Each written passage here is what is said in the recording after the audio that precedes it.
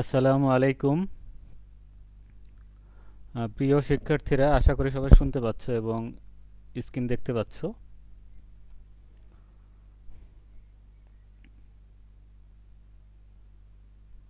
তাহলে তোমরা যে যেখান থেকে দেখতেছো, এটা অলরেডি কয়েকটা গ্রুপ এবং পেজে একসাথে লাইভ হচ্ছে। তোমরা ক্লাসটা শেয়ার করে দিতে পারো যাতে তোমাদের পরিচিত যারা আছে। এবং আজকে আমরা মূলত ভৌত রসায়নের গাণিতিক যে সমস্যাগুলো আছে, যেগুলো বিগত সালে আসছে এবং আসার মতো আর কি, সেগুলো নিয়ে আলোচনা করব এবং তোমাদের কিছু সূত্র দেখাবো এবং সংক্ষেপে কিভাবে এগুলো সলভ করা যায় খুব সহজে, এগুলো আর কি বলবো আজকে। আচ্ছা, তাহলে সবাই একটু ক্লাসটা শেয়ার করে দিতে পারো। আমি শুরু করব কিছুক্ষণের মধ্যেই।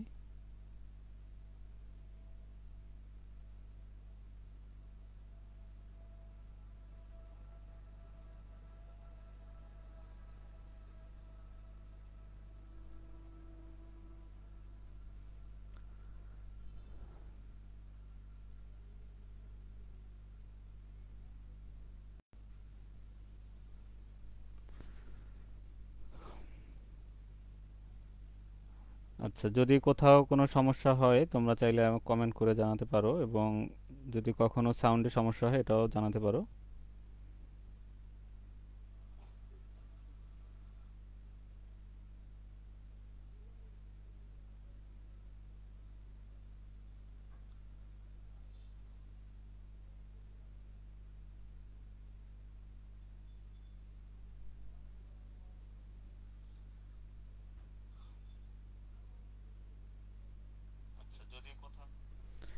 ঠিক আছে, সবাই ক্লাসটা শেয়ার করে দিতে পারো, যাতে তোমাদের আরও যে ফ্রেন্ড সার্কেল আছে তারাও ক্লাসটা সম্পর্কে অবগত হয়। এবং যেহেতু আমাদের একাডেমি খুব বেশি দিন হয়নি, অনেকেই আমাদের একাডেমি সম্পর্কে মানে অবগত নয়। তোমরা শেয়ার দিলে হয়তো অনেকে আমাদের একাডেমি সম্পর্কে জানতে পারবে। ঠিক আছে, তাহলে আজকে আসলে গাণিতিক সমস্যাগুলো নিয়ে, এটা আসলে আমাদের যে কোর্সে যে স্টুডেন্টরা বা ব্যাচে যে স্টুডেন্টরা ভর্তি ছিল তাদের জন্য মূলত নেওয়ার কথা ছিল। এবং ওদের জন্য আমি একটা আলাদা শিট তৈরি করেছি, যাতে বইয়ের একটু কনফিউজিং ভাবে বা ওরা একটু একসাথে করছে সমাধানগুলো, অনেক ক্ষেত্রে ভুল অ্যান্সার দেখা যায়। এখানে আমি প্রত্যেকটা ধাপ বিস্তারিতভাবে তোমাদের সামনে উপস্থাপন করার চেষ্টা করব, যাতে খুব ইজিলি যা সূত্রটা দেখলেই তোমরা বুঝতে পারবা যে আসলে এটা কোন মানে ক্যাটাগরি অঙ্ক। আমি টাইপ আকারে সাজাইছি, সবগুলো আসলে লিখতে পারিনি, অনেক তাড়াহুড়ো করতে হয়েছে আর কি। যাই হোক, আজকে সবার জন্য এটা ফ্রি করে দেওয়া হলো, যেহেতু অনেকে রিকোয়েস্ট করেছে যে ক্লাসটা ভাইয়া ফ্রি নিলে ভালো হয়, এবং অনেকেরই সমস্যা দেখলাম। আচ্ছা, তাহলে আজকে আমরা মূলত কোনো টপিকস বা কনসেপ্ট সম্পর্কে আলোচনা করব না। এখানে জাস্ট সূত্রগুলো, এগুলো আমি অলরেডি ক্লাসে ওদের বলেছি বিস্তারিত সব কিছু সম্পর্কেই। আজকে শুধু জাস্ট গাণিতিক সমস্যাগুলো নিয়ে সরাসরি আলোচনা করব। এই জন্য সূত্রের আর কোনো বিস্তারিত ব্যাখ্যা আজকে আর দিব না। ঠিক আছে, তাহলে আমরা শুরু করি, বেশি সময় অপচয় না করে। ঠিক আছে, অনেকেই যুক্ত হচ্ছে আমাদের সাথে দেখা যাচ্ছে। আচ্ছা,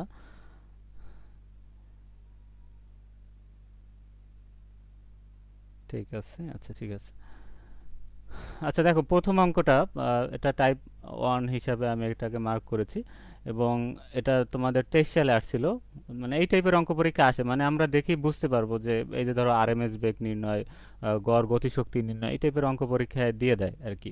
এখন ম্যাথমেটিক্যাল টার্মগুলা এই জন্য আমাদের ইম্পর্টেন্ট, যে ধরো ম্যাথমেটিক্যাল টার্ম এক বা দুইটা থাকতে পারে বা তার বেশি চাইলে দিতে পারে, কিন্তু এগুলো অ্যান্সার করলে আমাদের মার্ক একদম ধরো 4 মার্ক থাকলে 4 মার্কে 4ই পাওয়া যায়, মানে 5 মার্ক থাকলে 5 মার্কে 5ই পাওয়া যায় যদি তোমার ম্যাথটা একুরেট হয়। কিন্তু লেখা যায় 5 মার্কের সেম একটা কোশ্চেন লিখতে গেলে কিন্তু তোমার অনেক সময় লাগতেছে।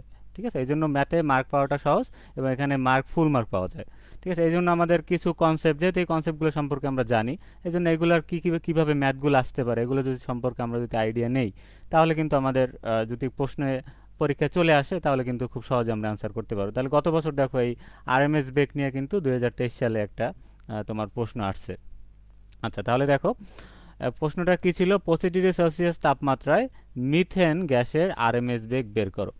এখন হুবহু না আসলেও তোমার পরীক্ষায় জাস্ট এখানে মিথেনের পরিবর্তে অন্য কাউকে দিয়ে দিতে পারে, এখানে তাপমাত্রা একটু চেঞ্জ করে দিতে পারে, এভাবে মানে একটু চেঞ্জ থাকতে পারে সামান্য। কিন্তু আমি যে কয়টা টাইপ দেখাবো এই কয়টা টাইপই মূলত তোমাদের পরীক্ষায় আসে। আচ্ছা, তাহলে দেখো এখানে তাপমাত্রা কত দেওয়া ছিল, 25 ডিগ্রি সেলসিয়াস। এটাকে আমরা যদি কেলভিনে রূপান্তর করি, তাহলে এখানে আমি একটু বিস্তারিত এখানে লেখা আছে, তোমাদের এত কিছু লেখার দরকার নেই। তোমরা শুধু এখানে 25 ডিগ্রি সেলসিয়াস, তারপর যেহেতু এগুলো তোমরা অনেকেই জানো, 273 ইকুয়াল টু 298 কেলভিন। এইভাবে করে তুমি লিখে দেবে। এখন এখানে আবার কিছু ফ্র্যাকশন, এই যে দশমিকের পর কিছু সংখ্যা আছে, এখন এইটা আবার অনেকের কাছে কনফিউশন হয়, এই জন্য আমি কিছু অঙ্ক এটা দিয়ে করেছি, কিছু অঙ্ক আমি সরাসরি 273 লিখেছি। এখন মেইন হলো এখানে একুরেট মানটা হলো এইটা যে 273.15, কিন্তু আমাদের মানে ম্যাথ করার সুবিধার্থে বা আমাদের মনে রাখার সুবিধার্থে অনেক বইতেই দেখা যায় তারা শুধু 273 দিয়ে করে গেছে। তারপর আণবিক ভরের বের করার ক্ষেত্রে সেম, ধরো কার্বনের আমরা জানি কি কার্বনের ভর 12, কিন্তু এটার মূলত একুরেটলি হলো 12.01, মানে 12.01 মানেই 12। তাহলে তুমি চাইলে 12 দিয়ে করতে পারো, ঠিক আছে। এখানে এই যে 1.00 এভাবে না লিখে তুমি 12 তাও 4 × 1, মানে তোমরা যেভাবে শিখছো এভাবেই করতে পারো। এখানে মানে কি একুরেট মানটা আর কি এখানে আমি শো করছি, আবার কিছু আবার অন্য ওই মান দিয়েও করেছি। তাহলে এখানে তাপমাত্রা দেওয়া হচ্ছে, তাপমাত্রাটাকে আমরা কেলভিনে কনভার্ট করে নিলাম 273 যোগ করে 25-এর সাথে। তারপর মিথেন গ্যাসের আণবিক ভর, যেখানে যেহেতু মিথেন বলা ছিল CH4, তাহলে আণবিক ভর বের করতে হবে। কার্বনের তোমার পারমাণবিক ভর কত, 12, তারপর এর সাথে যোগ হবে 4টা হাইড্রোজেন, এখানে 4টা হাইড্রোজেন আছে, তাহলে হাইড্রোজেনের 1, তাহলে 12 প্লাস 4 × 1, এভাবে তোমরা সমাধান করবা। তাহলে তোমরা সবাই খাতা কলম নিয়ে সামনে বসতে পারো, যাদের আর কি সামনে বিশেষ করে পরীক্ষা ভৌত রসায়ন, তোমরা জাস্ট এখানে সংক্ষেপে জিনিসগুলো লেখো, লিখে। আর আমি তো তোমাদের একটা সাজেশন টাইপের একটা কিছু দিয়েছি, যে বিগত কোশ্চেনগুলো তোমাদের হাইলাইট করে দিয়েছি, যেগুলো পড়া উচিত, ওগুলো পড়লে আশা করি এর ভিতর থেকেই তোমাদের আর কি পরীক্ষায় কমন আসবে। তো এগুলো মূলত যারা আগে থেকে পড়াশোনা করছে, অধ্যায়ভিত্তিকভাবে সব কিছু পড়েছে, মোটামুটি ধারণা আছে, তারা এখন ওগুলো পড়লেই হয়ে যাবে, বিগত এগুলো থেকেই রিপিট হয় মূলত। আচ্ছা, তাহলে দেখো এটাকে এখন আমরা কিলোগ্রামে কনভার্ট করব। কিলোগ্রামে কনভার্ট করলে এই যে এখানে আমরা 16 পেয়েছি, এটা 16 লেখা যায়। 16কে আমরা যদি ভাগ করি 1000 দিয়ে, তাহলে এটা কি হয়ে যাবে, কেজিতে কনভার্ট হয়ে যাবে। তাহলে এটা এভাবেও লেখা যায়, ইন্টু 10⁻³ আচ্ছা, তারপর গ্যাস ধ্রুবক, এটা আমাদের মনে রাখতে হবে, এটা আমরা জুল পার মোল পার কেলভিনে এই এককটা নিতে হবে আরএমএস বেগ বের করার ক্ষেত্রে। তাহলে আমি এক টাইপ শিখাবো, তোমরা এক টাইপেরই সবগুলো সেম সেম ক্যাটাগরিতে তোমরা সমাধান করবা, ঠিক আছে। তাহলে আর এর মান আমরা জানি, এটা মুখস্থ রাখতে হবে, 8.314 জুল পার মোল পার কেলভিন, এটা আমরা সবাই জানি। আচ্ছা, ঠিক আছে। তারপর এখন আমরা সূত্রটা বসাই। এখন সূত্রের ক্ষেত্রে অনেক বইতে আবার তোমাদের এটা সি দিয়ে প্রকাশ করে, তাহলে তুমি এভাবেও প্রকাশ করতে পারো, আবার সি দিয়ে প্রকাশ করলেও হবে, কিন্তু এটাই প্রকাশ করাই হলো মানে ভালো। তুমি চাইলে এটা দিও বা ওটা দিও, যেটা দিয়ে প্রকাশ করলেই হবে। তাহলে গ্যাসের অণু আরএমএস বেগের সূত্র V RMS equal to √3RT/m। তাহলে এই সূত্রটা আমাদের মনে রাখতে হবে, যেহেতু আজকে আমরা কোনো সূত্র প্রতিপাদন বা এটা সম্পর্কে বিস্তারিত বলবো না, আজকে শুধু আমাদের ম্যাথগুলো সমাধান করবো, এটা যেহেতু আজকে গাণিতিক সমস্যার ক্লাস, এই জন্য। তাহলে এখন দেখো সব কিছুই আমাদের জাস্ট এখন সূত্রে বসাই দিতে হবে। আমি একটু জুম আউট করি, এই যে দেখো, তাহলে মানগুলো এখানে সব আমরা পেয়েছি। এই যে 3 তো সূত্রে এখানে, তারপর এখানে আর এর মান, এই যে আর এর মান, তারপর এখানে কত টি ছিল 298.15, তারপর এখানে 16 ইন্টু 10⁻³ এটা মূলত ওই যে কিলোগ্রামে কনভার্ট করছে কেজিতে। আচ্ছা, তারপর দেখো এখন তুমি এটা ক্যালকুলেশন করো, ক্যালকুলেশন করলেই তোমার এখানে মানটা বের হয়ে যাবে। এটা সরাসরি একসাথে করা যায়, ক্যালকুলেটারে দিলে রুট দিয়ে ব্র্যাকেট দিয়ে ক্যালকুলেশন করলে তোমার এই মানটা চলে আসবে, 680-র কাছাকাছি এরকম একটা মান আসবে। তাহলে যেটা আসবে ওইটাই তোমার অ্যান্সার হবে। তাহলে এটা খুব ইজিলি আমরা একটা ম্যাথ সমাধান করে ফেললাম। তাহলে এটা হবে পজিটিভ সেলসিয়াস তাপমাত্রায় মিথেন গ্যাসের আরএমএস বেগ কত, 680.66, বা তোমাদের 680 হতে পারে, ঠিক আছে, এরকম।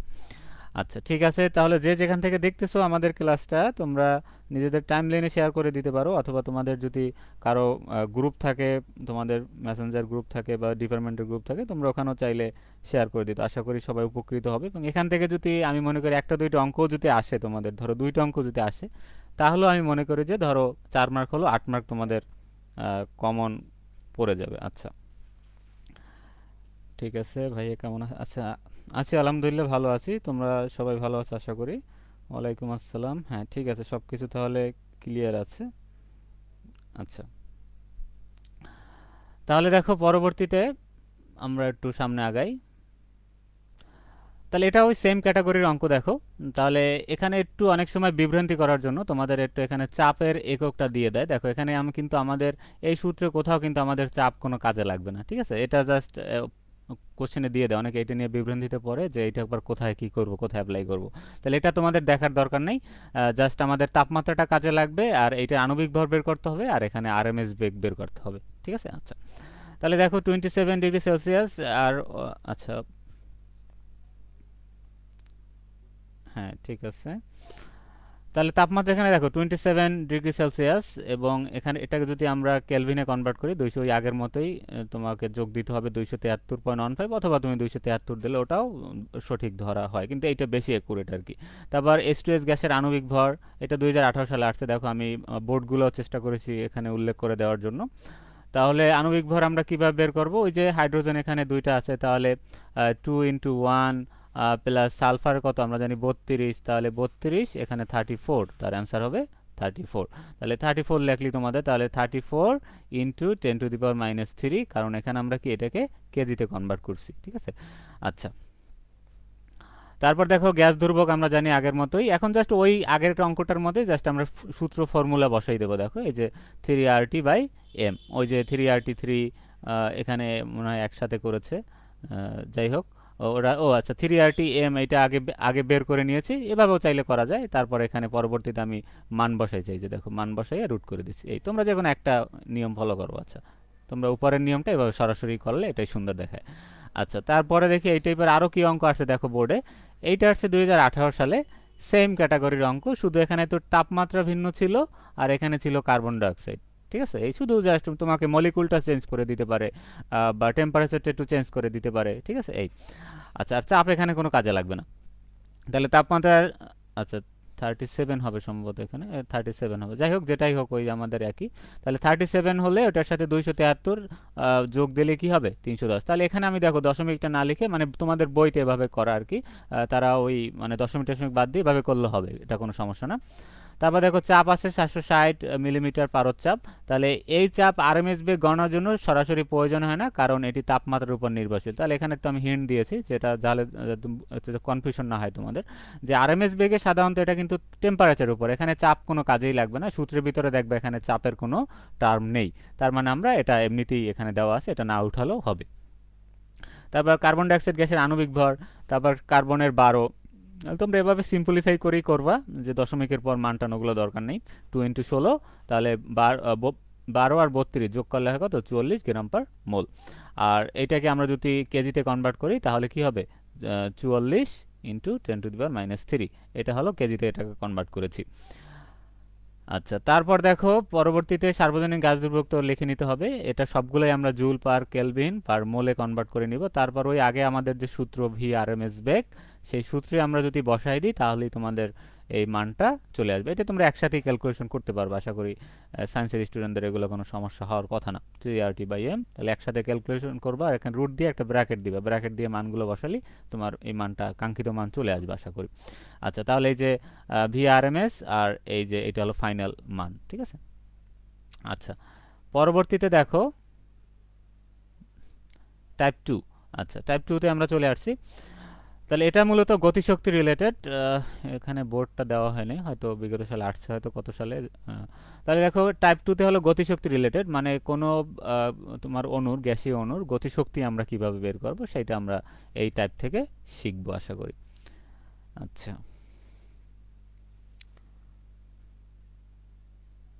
ঠিক আছে। তাহলে এখানে দেখো তাপমাত্রা দেওয়া ছিল 27 ডিগ্রি সেলসিয়াস, এটাকে কেলভিনে নিব, 273 যোগ করলে হবে কত 300 কেলভিন। ভর দেওয়া আছে এখানে 5 গ্রাম অক্সিজেন। তারপর মোলার ভর মানে এটার আণবিক ভর, তাহলে অক্সিজেন আণবিক ভর কত 16 × 2, এখানে কত 32। তারপর এখানে দেখো আর এর মান তো আমাদের কনস্ট্যান্ট, এটা তো জানাই থাকতে হবে আমাদের। তারপর দেখো এখানে গতিশক্তির আমাদের মেন সূত্র হলো E = 3/2 nRT। এই সূত্র দিয়ে আমরা এই টাইপের অঙ্কগুলো সমাধান করব, যে যদি বলে গতিশক্তি, কিন্তু গড় গতিশক্তি বললে সেক্ষেত্রে আবার সূত্র একটু আলাদা, সেক্ষেত্রে আমাদের বোলজম্যান ধ্রুবক নিয়ে আমাদেরকে সমাধান করতে হবে, এটা কিন্তু অনেকেই ভুল করে। তাহলে গতিশক্তি আসলে সূত্র হলো E = 3/2 nRT, ঠিক আছে। তাহলে এখানে আমাদের n হলো মোল সংখ্যা, তাহলে আমরা যদি আগে মোল সংখ্যা লিখে নিই, বা এইগুলো তোমরা সাইড নোট আকারে লিখতে পারো, তাহলে মোল সংখ্যা আকারে যদি আমরা লিখে মোল সংখ্যাটা আগে যদি আমরা বের করে নেই, তাহলে কিন্তু আমাদের সূত্রের মানগুলো বসাতে আমাদের জন্য খুব সহজ হবে আর কি। তাহলে দেখো এখানে ভর বাই আণবিক ভর, মোল সংখ্যার সূত্র কি n = ভর বাই আণবিক ভর, এটা মনে রাখবা।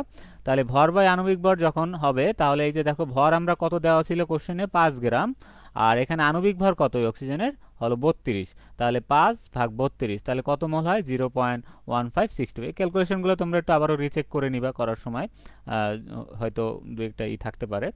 আচ্ছা, তারপর দেখো পরবর্তীতে এখন আমরা যদি সূত্র অ্যাপ্লাই করি, আমরা জানি E = 3/2 nRT, তাহলে আর এর মান আমাদের জানা আছে, টেম্পারেচার জানা আছে, এন এর মানটাও আমরা কি করলাম, এটা থেকে বের করে নিলাম। খুব ইজি। আশা করি তোমরা এই ক্লাসটা দেখার পর এই ম্যাথ নিয়ে অ্যাটলিস্ট আমি মনে করি না যে কারো সমস্যা হবে। কিছু ম্যাথ আছে একটু বড়, যে বিয়োজন ধ্রুবক টাইপের, ওগুলো যদি তোমাদের আগে কনসেপ্ট ক্লিয়ার না থাকে সেক্ষেত্রে তোমাদের সমস্যা হতে পারে। কিন্তু আমার স্টুডেন্ট যারা ছিল বা তোমরা যারা দেখতেছো, যারা ব্যাচে ভর্তি আছো বা কোর্সে ভর্তি আছো, তাদের আশা করি ওগুলো নিয়ে সমস্যা হবে না, কারণ তোমাদের ওগুলো বিস্তারিত আমি প্রতিপাদন করে দেখাইছি প্রত্যেকটা সূত্র কিভাবে হয় না হয়। ঠিক আছে।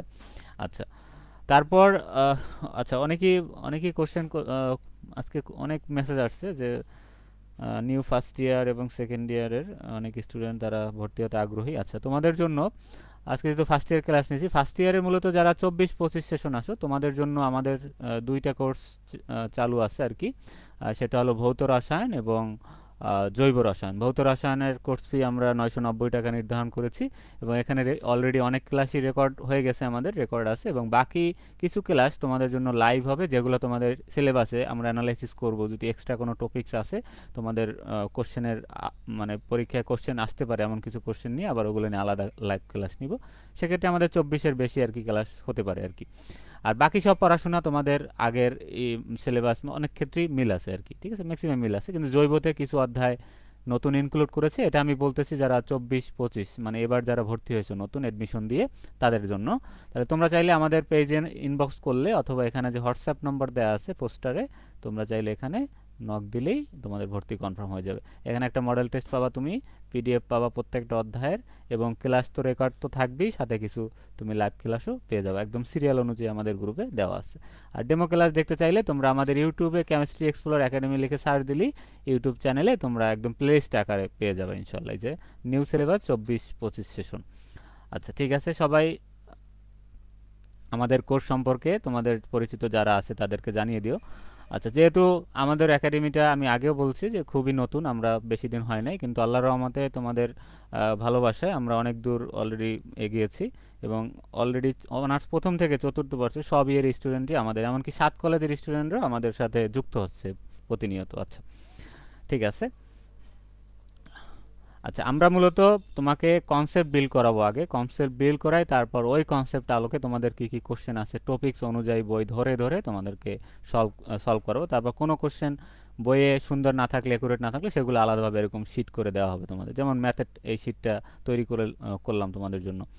আচ্ছা, তারপর দেখো 27°C তাপমাত্রায় 7 গ্রাম অক্সিজেনের, তাহলে ওই আগেরটার মতোই, জাস্ট এখানে 5-এর পরিবর্তে এখানে 7 দেওয়া আছে, আর টেম্পারেচার সম্ভবত একটু টেম্পারেচারও সেম 27°, জাস্ট 5-এর জায়গায় 7, তাহলে সেম। আমরা ওই যে মোল ভগ্নাংশের জায়গায় শুধু 5-এর জায়গায় 7 হবে, বাকি সব তোমার প্রসিডিউর ওই আগের মতোই 3/2 nRT, শেষ। ঠিক আছে, তাহলে এভাবে করে তোমরা এগুলো সমাধান করে ফেলবা। পরেরটা দেখি, এটা হলো নাইট্রোজেন গ্যাসের ক্ষেত্রে। এগুলো হয়তো কিছু না কিছু বোর্ডে আসছে, আমি সবগুলো বোর্ড ইনক্লুড করতে পারিনি তাড়াহুড়ো করে। আচ্ছা, তাহলে 298 কেলভিন তাপমাত্রায় 14 গ্রাম নাইট্রোজেন গ্যাসের মোট গতিশক্তি নির্ণয় করো। আচ্ছা, তাহলে এভাবে যদি আসে, তাহলে আমাদের কি করতে হবে, এখানে তাপমাত্রাটা খেয়াল করো, এটা খুবই ইম্পর্টেন্ট। এখানে তাপমাত্রা কিন্তু তোমার কেলভিনে দেওয়া আছে, তাহলে এক্ষেত্রে যদি কেলভিনে দেওয়া থাকে সেক্ষেত্রে আর তোমাকে কিছুতে কনভার্ট করতে হবে না, কারণ এই সূত্রগুলা, এই যে আমরা আরএমএস বেগ, তারপর গতিশক্তি, গড় গতিশক্তি, এগুলোর ক্ষেত্রে আমরা সব কিছু কেলভিনে নিয়েই কি করব, সমাধান করব। আচ্ছা, তাহলে দেখো, আশা করি তোমরা বুঝতে পারতেছো সবাই। তাহলে তাপমাত্রা টি 298 কেলভিন। তোমাদের কারো কিছু থাকলে কমেন্টে দিয়ে রাখো, প্রশ্ন থাকলে আমি কিছুক্ষণ পরে তোমাদের কমেন্ট দেখব। আচ্ছা, তারপর নাইট্রোজেন গ্যাসের ভর এখানে দেওয়া আছে কত, 14 গ্রাম দেওয়া ছিল। আর নাইট্রোজেনের আণবিক ভর, তাহলে নাইট্রোজেনের আণবিক ভর আমরা জানি কত, তাহলে 2 অণু এখানে আছে, তাহলে 2 ইন্টু আমরা জানি 14, তাহলে একটা নাইট্রোজেনের ভর আমরা জানি 14 হয়, তাহলে এখানে 2টা নাইট্রোজেন অণু আছে, তাহলে এখানে কি পরমাণু আছে, তাহলে এটা কি হবে 28 গ্রাম পার মোল, এটার আণবিক ভর। আবার ওই যে মোল সংখ্যা আমরা বের করব, ভর বাই আণবিক ভর, এটা অনেকে ভুল করে, মোল সংখ্যা বের করাটাই মূলত এই অঙ্কের মেইন মানে টার্ম, বাকিটা যা সূত্রটা মনে রাখতে হবে যে গতিশক্তির, এই আর কিছুই না এখানে। তাহলে দেখো, ভর বাই আণবিক ভর, ভর বাই আণবিক ভর, ভর মানে যেটা এখানে দেওয়া থাকবে, যে ভরটা দেওয়া থাকবে সেইটা, ভাগ এইটার যে আণবিক ভর, এই যে যে তোমার অণুটা দেওয়া থাকবে তার আণবিক ভর, নাইট্রোজেন থাকলে নাইট্রোজেন, অক্সিজেন থাকলে অক্সিজেন, যেটা দেওয়া থাকুক। তাহলে 14/28, তাহলে এখানে হয় 0.5। তার গ্যাস দুর্ভোগ তো আমাদের মুখস্থ রাখতে হবে, 8.314 জুল পার কেলভিন পার মোল। আচ্ছা, তারপরে আগের সূত্র দেখো, আদর্শ গ্যাসের ক্ষেত্রে গতিশক্তির সূত্র KE equal to 3/2, KE equal to 3/2 N R T. ঠিক আছে। আচ্ছা, তাহলে এখন আমরা বসাও, মান বসাও। মোল সংখ্যা কত পেয়েছিলাম আমরা? মোল সংখ্যা পেয়েছিলাম 0.5, তারপর আর এর মান কত 8.314, আর টেম্পারেচার কত 298, যেটা আমাদের কোশ্চেনই দেওয়া ছিল। তারপর আমরা যদি এখন সমাধান করি, দেখো সমাধান করলে আমাদের ক্যালকুলেশন করলে আমাদের মান চলে আসবে গতিশক্তি। তাহলে তাহলে এই যে এই মানটাই হলো তোমার গতিশক্তি। এই তাহলে 298 কেলভিন তাপমাত্রায় এর গতিশক্তি এত। এভাবে তোমরা লিখে দিও, অথবা সরাসরি এখানে অ্যান্সার লিখলেও হবে বা উত্তর লিখলেও হয়ে যাবে। আচ্ছা, তারপরে আমরা দেখি পরবর্তী টাইপ, টাইপ 3। আচ্ছা, তাহলে এখানে একটু পার্থক্য আছে। দেখো আগেরটাই বলেছিল শুধু গতিশক্তি, তাহলে শুধু গতিশক্তি মানে এখানে শুধু মানে একটা গতিশক্তি, কিন্তু এখানে হলো একটা অণুর যত ধরনের মোশন আছে, যত ধরনের গতিশক্তি, মানে এখন একটা অণুকে তাপ দিলে বা ঠান্ডা করলে এদের সব অণুর গতিশক্তি সব একরকম হয় না। ঠিক আছে। তাহলে এই জন্য যখন আমরা টোটাল গতিশক্তিটা বের করব, তখন সূত্র হলো আমাদের এটা দেখাচ্ছি তোমাদের, 3/2 kBT, মানে এখানে আমাদের বোলসম্যান ধ্রুবক নিয়ে সমাধান করতে হবে। ঠিক আছে। এই হলো এই অঙ্কগুলোর একটু আলাদা বিশেষত্ব। ঠিক আছে। আর শুধু গতিশক্তি বললে আমরা 3/2 nRT ওইটা দিয়ে করবো। আর যদি গড় গতিশক্তি বলে, গড়, আমি আবারও বলতেছি, এই জন্য লাল মার্ক করা আছে এখানে, যে গড় গতিশক্তি বললে আমাদের সূত্র হবে 3/2 kBT। এটা হলো বোলসম্যান ধ্রুবক কেবি। আচ্ছা, তারপর এখানে টেম্পারেচার কত আছে 25 সেলসিয়াস, এটাকে আমরা কেলভিনে নাও, কেলভিনে নিলে কত হয় 298.15 বোলসম্যান ধ্রুবক, এটা আমাদেরকে মুখস্থ রাখতে হবে। ঠিক আছে। তাহলে বোলসম্যান ধ্রুবক এই 1.38 × 10⁻23, আশা করি সব ঠিক আছে। বোলসম্যান ধ্রুবক, হ্যাঁ। আচ্ছা, জুল পার কেলভিন। তাহলে এই বোলসম্যান ধ্রুবকটা আমরা এটা মনে রাখলাম। তাহলে এখানে আর কিছু তোমার বের করতে হবে না, আণবিক ভরটার কিছু বের করতে হবে না, কারণ এখানে আমি তো বললামই যে গতিশক্তিতে এখানে মোশনটা এক একটা অণুর ক্ষেত্রে এক এক রকম হতে পারে। এই জন্য এখানে টোটাল অণুটার গড় বের করতে হলে আমাদের বোলসম্যান যে ধ্রুবক দিয়েছিল, সেই ধ্রুবকটা দিয়ে ওর যে তাপমাত্রা গুণ দিলে যেটা আসবে সেটাই হবে মূলত তার গড় গতিশক্তি। ঠিক আছে। আচ্ছা, তাহলে দেখো এখানে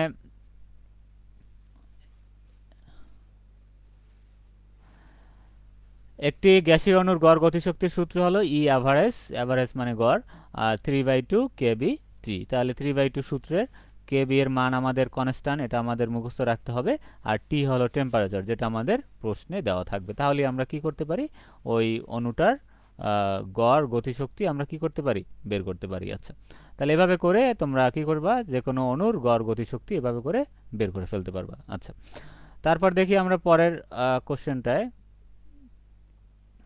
আচ্ছা, এখানে একটু টাইপিং মিস্টেক হয়েছে, টাইপ 4। আচ্ছা, হ্যাঁ, এই অঙ্কগুলো আমাদের একটু ভালো মতো মনোযোগ দিয়ে শিখতে হবে। এই যে মোলালিটি, নরমালিটি, ঠিক আছে, এগুলো নিয়ে অনেকেরই কনফিউশন হয়, এবং তোমার অনেকেই এগুলা আসলে বইতে একটু এলোমেলোভাবে বা সরাসরি করাক বা স্থিরিতে কিছুই বলা নাই, যে এখানে এইটা কিভাবে আসলো, ধরো এর অম্লত্ব কিভাবে 2 আসলো, বা নরমালিটির আসলে সূত্রটা কি, ওরা সরাসরি দেখা যায় যে সূত্রে বসাইয়ে করে যায়। ঠিক আছে, কিন্তু আসলে এর হিস্ট্রিটা কি বা এটা কিভাবে আসলো এটা, সেইটা তো ওরা একুরেটলি বলে না।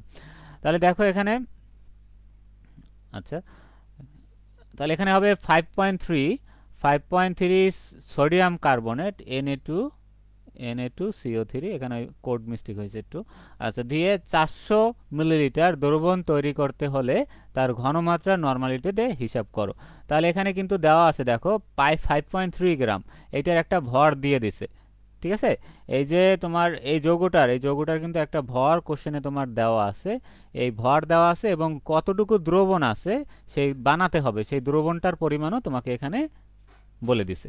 ঠিক আছে। আচ্ছা, তাহলে দেখো এটা হলো 400 মিলিলিটার হলে তার ঘনমাত্রা, এখন এখানে এটার যে গাঢ়ত্ব বা ঘনমাত্রা এটা আমাদের নরমালিটিতে হিসাব করতে হবে। এই টার্মগুলা তোমাদের প্র্যাকটিক্যালে অনেক কাজে লাগবে। এই যে মোলালিটি বের করা, নরমালিটি বের করা, এগুলো দেখবা যে তোমরা পরীক্ষা শেষ করার পরেই তোমাদের প্র্যাকটিক্যাল হবে, তখন এরকম বিভিন্ন ক্যালকুলেশন তোমাকে করে তারপর তোমাকে টাইট্রেশন বা বিভিন্ন এক্সপেরিমেন্ট করতে হবে। ঠিক আছে? আচ্ছা, তাহলে এগুলো কেমিস্ট্রির একদম বেসিক আর কি, মোলালিটি, নরমালিটি, এগুলো অনেক সময় ভাইভাও স্যাররা জিজ্ঞেস করে।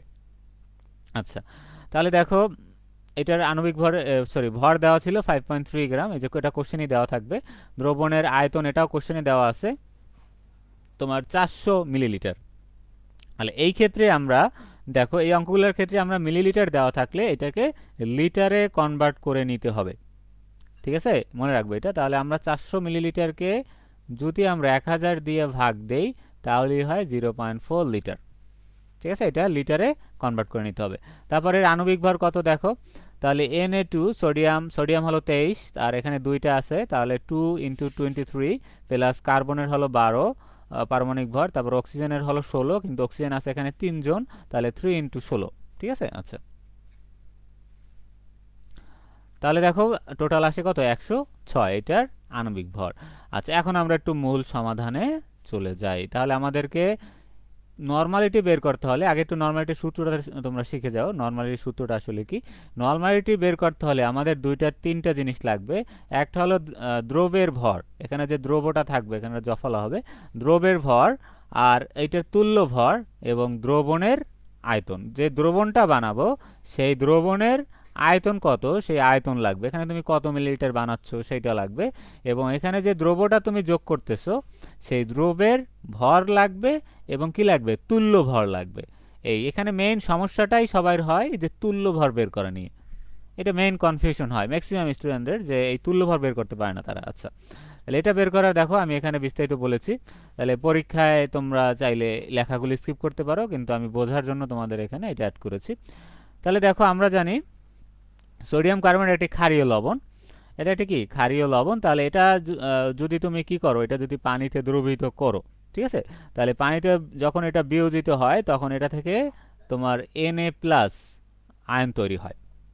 ঠিক আছে, তাহলে এটা আমি একটু তোমাদেরকে বিক্রিয়াটা দেখাই, একটু বেসিক জিনিস একটু দেখে, আসলে একদম বেসিক ছাড়া ক্লাস নেওয়া কষ্ট হয়ে যায়। আচ্ছা, তাহলে দেখি আমি একটু বিক্রিয়াটা লিখি, Na2CO3। ঠিক আছে, আচ্ছা, তারপর এখানে এটা যদি বিক্রিয়া করে তখন হয় 2Na+ আর CO3 2-, এভাবে করে এটা দ্রবণে বিয়োজিত হয়। ঠিক আছে, বা পানিতে আমরা বলতে পারি, মানে পানিতে তুমি এটাকে সোজা কথা, সহজ কথা, যদি তুমি এটাকে গলাও তাহলে এটা তোমার 2Na+ এবং CO3 2-, এরকম দুইটা আয়ন তৈরি করবে। আচ্ছা, তাহলে এখানে যেহেতু দুইটা দেখো, দুইটা সে সোডিয়াম প্লাস আয়ন এখানে সে জলীয় দ্রবণে সে কি করতেছে, আয়ন আকারে উৎপন্ন করতেছে। ঠিক আছে, সেই ক্ষেত্রে আমরা এর অম্লত্ব বলবো 2। ঠিক আছে, আর যারা তোমার অম্ল মানে অ্যাসিড যারা, আচ্ছা এটা একটা ক্ষারীয় লবণ। আচ্ছা,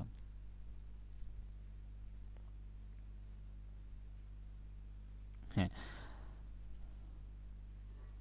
তাহলে ক্ষারীয় লবণ মানে এটা তোমার দুর্বল অ্যাসিড থেকে তৈরি হয়, দুর্বল অ্যাসিড এবং একটা শক্তিশালী ক্ষার মিলে তোমার এই যে ক্ষারীয় লবণ তৈরি হয়। তাহলে এটা তৈরি হওয়ার প্রসেসটা যদি তোমরা জানতে চাও কেউ, সেটা হলো H2CO3 এর সাথে যদি আমরা সোডিয়াম হাইড্রোক্সাইড বিক্রিয়া করাই তখনই এখানে হবে Na2CO3। এই হলো এটার প্রসেস। আচ্ছা, এখন মেইন কথা হলো, এই কথাটা ভালো করে শোনো তোমরা, যে একটা লবণ, এখানে একটা লবণের অম্লত্ব বা অ্যাসিডিটি, একটা লবণ সে অম্লত্ব বা ক্ষারত্ব যেটাই হোক, অম্লত্ব বা অ্যাসিডিটি তার শক্তিশালী ক্ষারকের অণুর সংখ্যা যা সেই লবণের অণুকে প্রশমিত করতে প্রয়োজন হয়। মানে আমরা ওই লবণটাকে প্রশমিত করতে যত সংখ্যক তোমার অণু দরকার হবে। আচ্ছা, আমি একটু সহজভাবে বলি, তাহলে একটা ক্ষারীয় লবণ, এটা কিন্তু লবণটা কি আমি আগেই বলছি, এটা একটা কি লবণ, ক্ষারীয় লবণ। তাহলে ক্ষারীয় লবণের অম্লত্ব হলো এর অণুতে উপস্থিত ধাতব আয়নের মোট ধনাত্মক চার্জের পরিমাণ। কি বলছি, আবার আমি বলতেছি, কোনো ক্ষারীয় লবণের তোমার অম্লত্ব হলো ওই অণুতে উপস্থিত ধাতব আয়নের মোট ধনাত্মক চার্জের পরিমাণ। তাহলে এখানে তোমার এখানে কি আছে দেখো, তাহলে যখন এটা দুইটা Na+ তোমার কি করে, জলীয় দ্রবণে দান করে, সেহেতু এখানে আমরা কি বলতে পারি, একটা এন এর জন্য চার্জ কত, 1 প্লাস 1, তাহলে দুইটা এন এর জন্য চার্জ কত হবে, 2 ইন্টু 1, তাহলে কত হবে আমাদের, 2 হবে তার অম্লত্ব। আবারও বলতেছি, আমাদের কি করতে হবে, চার্জ হিসাব করতে হবে। আচ্ছা, মানে চার্জের পরিমাণে, তাহলে এখানে দেখো এন এর জন্য চার্জ এখানে কয়টা, প্লাস 1, মানে চার্জ হলো 1, কিন্তু এখানে যেহেতু দুইটা এন এ প্লাস আছে, তার মানে একটার জন্য যদি 1 হয়, তাহলে দুইটার জন্য কত হবে, সহজ হিসাব, দুইটার জন্য 2 হবে, তাহলে তার অম্লত্ব হবে এখানে 2। এভাবে করে তুমি অ্যাসিড ক্ষার এদের আগে বিক্রিয়া জানতে হবে, অম্লত্ব বা ক্ষারকত্ব তুমি যাই বের করো, এদের বিক্রিয়া করে দেখতে হবে যে জলীয় দ্রবণে সে কয়টা আয়ন দিছে। ঠিক আছে, আচ্ছা, আশা করি এখন ক্লিয়ার অম্লত্ব। আচ্ছা, তাহলে এই ধনাত্মক আয়নটাকে তুমি যদি প্রশমিত করতে চাও, তাহলে তোমার কি প্রয়োজন, তোমার দুইটা হাইড্রোক্সিল আয়ন প্রয়োজন। দুইটা হাইড্রোক্সিল তুমি এর সাথে যদি যোগ করো, তাহলে কি হবে, এটা প্রশমিত হয়ে তোমার NaOH তৈরি করবে, তখন আর কোনো এখানে চার্জ থাকবে না। ঠিক আছে, এই জন্যই বলা হয় মূলত এর অম্লত্ব 2। তাহলে অম্লত্বকে দুইভাবে সংজ্ঞায়িত করা যায়, যে এটার সাথে কয়টা তোমার হাইড্রোক্সাইড আয়ন যোগ করলে এটা প্রশমিত হয়, এইটার ক্ষেত্রে আর কি, সেক্ষেত্রেও দুইটা লাগবে। আবার আমরা বলতে পারি যে এটা তোমার দ্রবণে যখন বিয়োজন হয়, তখন সে বিয়োজনে সে কয়টা ধনাত্মক আয়ন দিতেছে, সেটার চার্জের পরিমাণ, টোটাল চার্জের পরিমাণটাই হবে তার অম্লত্ব। তাহলে তুমি যদি তুল্য ভর বের করতে চাও, তাহলে তোমাকে কি করতে হবে, আণবিক ভরকে অম্লত্ব দিয়ে ভাগ করতে হবে, অম্লতা বা অম্লত্ব দিয়ে ভাগ করতে হবে। তাহলে এখানে দেখো, সেগুলো মুছে দিচ্ছি, এগুলো আশা করি লাগবে না তোমাদের। আচ্ছা, অম্লত্ব দেখো এখানে কত, 2, আর আণবিক ভর এটা তো আগেই আমরা বের করছি কত, 106, তাহলে এখানে ভাগ করলেই 53 গ্রাম পার ইকুইভ্যালেন্ট, এটা শুধু গ্রাম লিখলেও হয়ে যাবে, কোনো সমস্যা হবে না। আচ্ছা, ইকুইভ্যালেন্ট মানে তুল্য ভর। আচ্ছা, তাহলে আমরা তুল্য ভর পেয়ে গেলাম। দেখো, তারপর আমরা এখন নরমালিটির মেন সূত্রে আমরা চলে যেতে পারি। তাহলে নরমালিটির সূত্রটা মনে রাখতে হবে।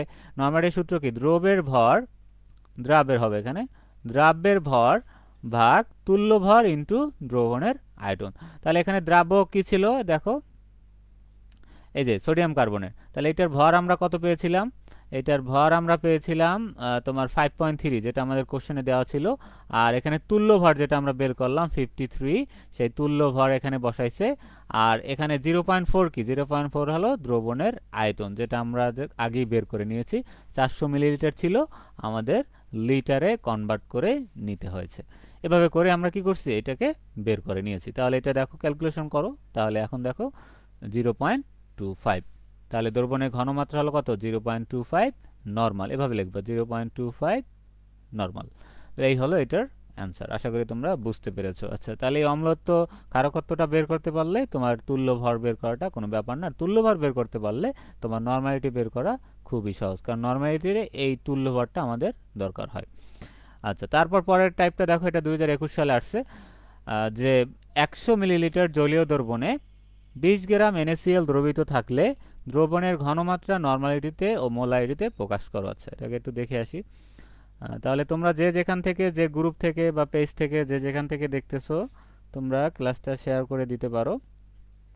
আশা করি তোমাদের পরিচিত যারা আছে তারা উপকৃত হবে, এবং তোমরা আমাদের শেয়ার করলে বা সাপোর্ট করলে এতে কি হয়, আমাদের টিম এনকারেজ হয়, যে তারা আরও বেশি বেশি ফ্রি ক্লাস বা তোমাদের PDF বা হ্যান্ড নোট বা পেজে বিভিন্ন আপডেট তারা শেয়ার করতে আরও উৎসাহী বেশি হয়। ঠিক আছে, আচ্ছা, এই জন্য তোমরা চেষ্টা করবা যে যতটা সম্ভব শেয়ার করার। আচ্ছা, ওয়ালাইকুম আসসালাম, ঠিক আছে।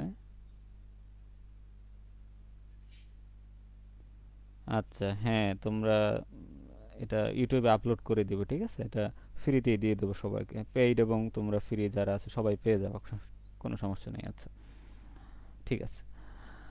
তারপর দেখো, 100 মিলিলিটার জলীয় দ্রবণ, তাহলে এখানে আমরা ওই আগের মতোই, এটা জাস্ট একটা নতুন টার্ম অ্যাড করছি, সেটা হলো কি, মোলারিটি।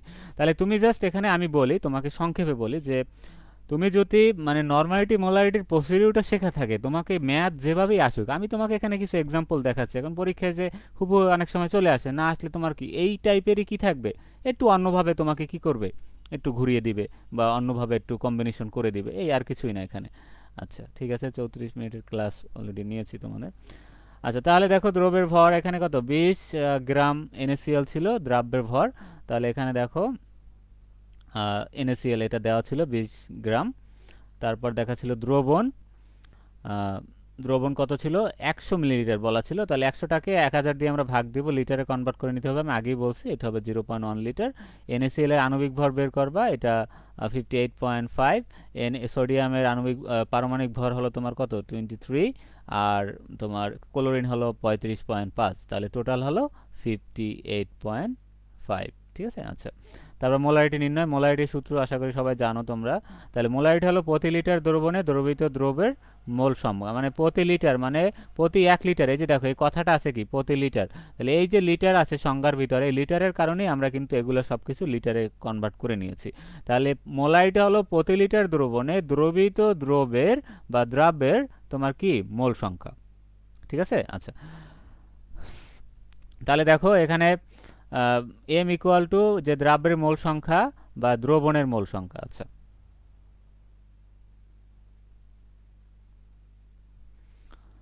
তাহলে দেখো এখানে তোমার কি ছিল, NaCl ছিল, তাহলে NaCl এর তোমার মোল সংখ্যা কত, NaCl এর মোল সংখ্যা আমাদেরকে বের করে নিতে হবে, মোল সংখ্যা আমরা জানি না। তাহলে NaCl এখন এইটা তোমরা সাইড নোটও চাইলে করতে পারো, আমি এখানে সরাসরি দেখাইছি।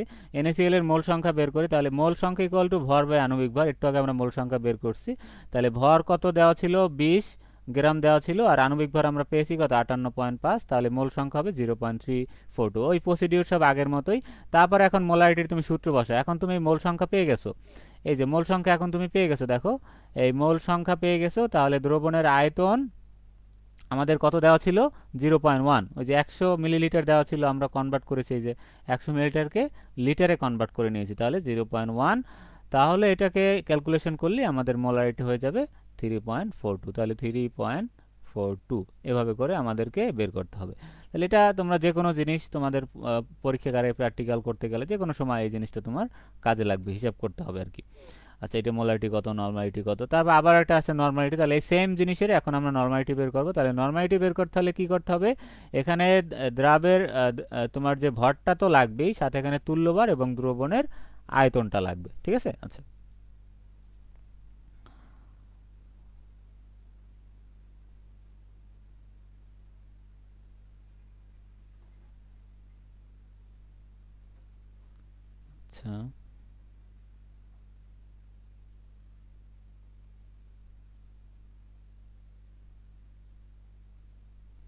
আচ্ছা, দ্রব্য। আচ্ছা, হুম, দ্রব্যের ভর, এখানে বানান ভুল আছে আজকে, যাই হোক। আচ্ছা, NaCl হলো দ্রব্য, যেটাকে আমরা দ্রবণে দ্রবীত করব, দ্রব্য, আর যেটার ভিতরে দ্রবীত করব সেইটা হলো তোমার দ্রাবক। যেমন ধরো সোডিয়াম ক্লোরাইডকে আমরা যদি, এটা হলো দ্রব্য, ঠিক আছে, দ্রব্যের ভর, এটা বানান ভুল আছে, দ্রাব্য ওই একসাথে বলে অনেকে। আচ্ছা, তারপর এটার সাথে আমরা যদি পানি থাকে ভিতরে, তাহলে পানিটা হলো তোমার দ্রাবক, এটা পানি যে কোনো কিছু হতে পারে। এখন দুইটা মিলে যেটা হবে সেইটার নাম হলো দ্রবণ। তাহলে যেটা মিক্স করার পরে সেই দ্রবণের আয়তনটা কত, এটা কোশ্চেনে বলা ছিল যে জলীয় দ্রবণে তোমার দ্রবীত করলে দ্রবণের ঘনমাত্রা নর্মাল, মানে এইটাকে দ্রবীত করার পর এটা দ্রবণ হয়ে গেছে, দ্রবণের ঘনমাত্রাটা এখন আমাদের নর্মালিটি এবং মোলারিটিতে কি করতে হবে, হিসাব করতে হবে। তাহলে ওই যে আগে আবার আগের মতোই দেখো, এখানে NaCl কীভাবে বিয়োজিত হয় সেইটা তোমার জানতে হবে, Na প্লাস Cl মাইনাস। তাহলে এখানে চার্জ কত, তার সোডিয়াম চার্জ কত, 1। এখানে সোডিয়ামও কয়টা ছিল, একটাই ছিল, তার মানে টোটাল চার্জই কত হবে, তার 1 হবে। অথবা আমরা সোডিয়াম NaCl এর যোজনী কত, 1, এভাবেও আমরা বের করতে পারি চার্জ। আচ্ছা, তাই তুল্য ভর কত হবে, আণবিক ভর ভাগ যোজনী বা, আচ্ছা এখানে আমরা যোজনী দিয়েই করেছি, এখানে অম্লত্ব, এটা যেহেতু লবণ সরাসরি, এই জন্য অম্লত্ব বা ক্ষারত্ব লিখি না, এটা যোজনী দিয়ে আমরা করছি। আচ্ছা, তাহলে এখানে 58.5 ভাগ 1 আর 58.1। মূলত এখানে যেটা দেওয়া থাকবে এটা তোমার দ্রবণে কিভাবে দ্রবীত হয় এবং তোমার এটা কতটা আয়ন, সে ধনাত্মক আয়ন এখানে বা অন্যদের ক্ষেত্রে আলাদা হতে পারে, ক্ষার বা অ্যাসিডের ক্ষেত্রে আলাদা হতে পারে, সেইটা এখানে সে কয়টা এখানে দ্রবণে দিতেছে সেইটার সংখ্যা, মানে মোট চার্জের সংখ্যাটাকে এখানে দিতে হবে। তাহলে এখানে সোডিয়াম আমরা নিয়েছি, তাহলে সোডিয়ামের এখানে একটা চার্জ ছিল, এখানে 1 দ্বারা ভাগ হয়েছে। তারপর এখানে নর্মালিটি তাহলে কত হবে, 20 ভাগ, তাহলে ওই যে আমাদের তুল্যভর কত পেয়েছি আমরা, 58.5, আর 0.1 কত ছিল, 0.1 হলো দ্রবণের আয়তন, যেটা আমরা শুরুতেই বের করে নিয়েছি। তারপর তুমি ক্যালকুলেশন করলেই তোমার কাঙ্ক্ষিত নরমালিটি পেয়ে যাবে। এই তাহলে এগুলো বোর্ডেরগুলোই ভালো করে তোমরা দেখো, এগুলাই হয়তো হুবহু তোমার চলে আসে। ঠিক আছে। আচ্ছা, তারপর এই টাইপের আরও আছে 2.202 ঘনত্ব বিশিষ্ট 100 সেমি জলীয় দ্রবণের 1.0 গ্রাম NaCl দ্রবীভূত আছে। দ্রবণের ঘনমাত্রা, মোল ভগ্নাংশ, মোলারিটি, নর্মালিটি, তিনটা জিনিস, মোল ভগ্নাংশ, মোলারিটি, নর্মালিটি, তিনটা জিনিস। এটা অনেক আগে আসছে, এটা অতটা গুরুত্বপূর্ণ না তোমাদের জন্য। তাহলে এটা একটু দেখাই, এটা একটু কিছু টার্ম আছে, এক্সট্রা টার্ম। তাহলে দ্রবের ভর হবে এখানে, দ্রবের ভর 1.0 গ্রাম NaCl। আয়তন দেওয়া আছে 100 cm কিউব। এইটা 100 cm কিউব মানে 100 মিলিলিটার। 100 মিলিলিটার লিটার নিলে কত হবে? 0.1 লিটার। ঘনত্ব রো দেওয়া আছে 2.202 গ্রাম পার সিএম কিউব। আচ্ছা, আর NaCl এর আণবিক ভর আমরা জানি কত? 58.5। আর পানির আণবিক ভর আমরা জানি কত? H2O। তাহলে এখানে হবে 18। তাহলে এই জিনিসগুলো আমাদের কি এখানে দেওয়া আছে। তাহলে আমাদের এখন একটু দ্রবণের ভরটা বের করে নিতে হবে। যেহেতু এখানে লিকুইড দ্রবণ, সেই জন্য আমরা ঘনত্বকে আয়তন দিয়ে গুণ দিলেই এটার কি হয়ে যাবে? ভরটা বের হয়ে যাবে। তাহলে এর ঘনত্ব কত ছিল? 100। এটাকে আমরা যদি মানে এটা দিয়ে গুণ দেই, এই যে রো দিয়ে গুণ দেই, তাহলে এখানে কি হয়ে যাবে? এটাকে গ্রামে কনভার্ট হয়ে যাবে। ঠিক আছে, এই যে সিএম কিউবকে এইটার সাথে গুণ দিলেই তোমার কি হয়ে যাবে? এটা গ্রামে কনভার্ট হয়ে যাবে। এটা হলো ভরটা আলাদা করে আমি বের করে নিয়েছি। আচ্ছা, তারপর এখন তোমার দ্রাবকের ভর, এখানে যে দ্রাবকটা ছিল সেই দ্রাবকটা মানে পানি, দ্রাবক মানে পানির ভর। তাহলে পানির ভরটা তুমি কিভাবে বের করবা? তাহলে পানির ভর বের করতে হলে তোমাকে টোটাল যে দ্রবণ, সেই দ্রবণ থেকে দেখো দ্রব যতটুকু তুমি যোগ করছো, দ্রাব বা দ্রব যতটুকু যোগ করছো, সেইটা যদি আমরা বাদ দিতে পারি, ঠিক আছে? তাহলে ধরো একটা পাত্রের ভিতরে পুরোটা মিলে একটা দ্রবণ আছে। তাহলে দ্রবণের মান আমার জানা আছে, এই দ্রবণের মান কি আছে? আমার জানা আছে। তারপর এখানে কি NaCl এর মানও আমাদের ওয়েট মানে দ্রব যেটা এখানে যোগ করছি সেটাও আমাদের জানা আছে। দুইটাকে একসাথে মিক্স করছি, দ্রবণ হয়েছে। সেই দ্রবণের আয়তনটা আমাদের এখানে কোশ্চেনে বলিয়ে দিছে। এখন বলছে এর ভিতরে পানি কতটুকু ছিল। তাহলে এই টোটাল আয়তনটা থেকে দ্রবেরটা যদি আমরা ভরটা বিয়োগ করতে পারি, তাহলে আমাদের কি পানির কতটুকু আয়তন সেটা কিন্তু বের হয়ে যাবে। তাহলে এই যে দেখো পানি কতটুকু ছিল বের হয়ে গেছে এখানে 219.2। ঠিক আছে। আচ্ছা, এখন মোল ভগ্নাংশের সূত্র হলো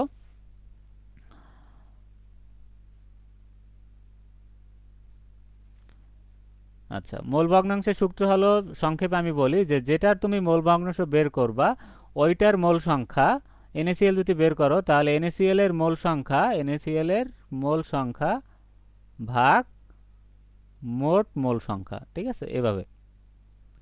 তাহলে মোটটা তোমার আগে বের করতে হবে যে দ্রবের ভিতরে কে কে আছে, দ্রবণের ভিতরে কে কে আছে? NaCl আছে, আর পানির ভিতরে NaClটা মিক্স আকারে আছে। তাহলে দুইটার আমরা মোল সংখ্যাটাকে আলাদাভাবে বের করে যদি আমরা যোগ দেই তাহলেই হবে আমাদের কি টোটাল মোল সংখ্যা। তাহলে মোল সংখ্যা বের করার সূত্র আমরা এর আগেও দেখেছি যে এখানে ভর বাই আণবিক ভর। এখানে ভর দেওয়া ছিল, এটা কোশ্চেনে দেওয়া ছিল 1, আর এটা আণবিক ভর কত? 58। তাহলে এটা বের করলাম। পানির আমাদের দেওয়া ছিল ওই যে একটুকে আমরা বের করছি 219, সেই 219 ভাগের আণবিক ভর, তাহলে এটার মোল সংখ্যা বের। তাহলে এখন দুইটা যোগ করলে হবে n টোটাল, মানে টোটাল মোল সংখ্যা 12 পয়েন্ট সামথিং মোল। আচ্ছা, এখন দেখো NaCl মোল ভগ্নাংশ। তাহলে মোল ভগ্নাংশ আমি আগেই বলেছি, মোল ভগ্নাংশ যারটা বের করবা তার মোল সংখ্যা ভাগ মোট মোল সংখ্যা। তাহলে এখানে আমরা কারটা বের করতেছি? NaCl। তাহলে NaCl এর মোল সংখ্যা কত? 0 পয়েন্ট সামথিং, এই 0.0171। আর ভাগ টোটাল মোল সংখ্যা, টোটাল হলো এই যে 12.1951। এখন যদি তুমি পানির মোল সংখ্যা বের করতে তাহলে কি করতে বলো তো? এখানে কি করতে হবে? এই যে এইটা দিয়া 12.178 ভাগ টোটাল 12.1951, এভাবে ভাগ করতে হবে। এই হলো মোল সংখ্যা বের করার সূত্র। তারপর NaCl এর মোল ভগ্নাংশ আমরা পেয়ে গেলাম 0.0018। তারপর দেখো মোলারিটি নির্ণয়। এখন আমরা দেখো মোলারিটি ওই যে আগের মতোই তোমার দ্রবের যে মোল সংখ্যা ভাগ দ্রবণের আয়তন। তাহলে এটার মোল সংখ্যা আমরা একটু আগে পেয়েছি NaCl এর, সেইটা ভাগ ওর আয়তন কত ছিল সেইটা দিলেই আমাদের মোলারিটি বের হয়ে যাবে। নরমালিটি বের করতে হবে ওই যে NaCl এর, একটু আগে আমরা অঙ্কটা বিস্তারিত দেখাইছি। তাহলে ওটার আণবিক ভর বা যোজনী ভাগ করলেই তোমার কি NaCl এর তোমার তুল্য ভর বের হয়ে যাবে। তাহলে NaCl এর তুল্য ভর এখানে কত? 58.5। তার মানে n ইকুয়াল টু দ্রবের ভর এই তুল্য ভর ইন্টু আয়তন। তাহলে দ্রবের ভর আমরা আগেই জানি, দ্রবের ভর কত? 1, এটা কোশ্চেনে দেওয়া ছিল। আর তুল্য ভর আমরা বের করলাম 58.5।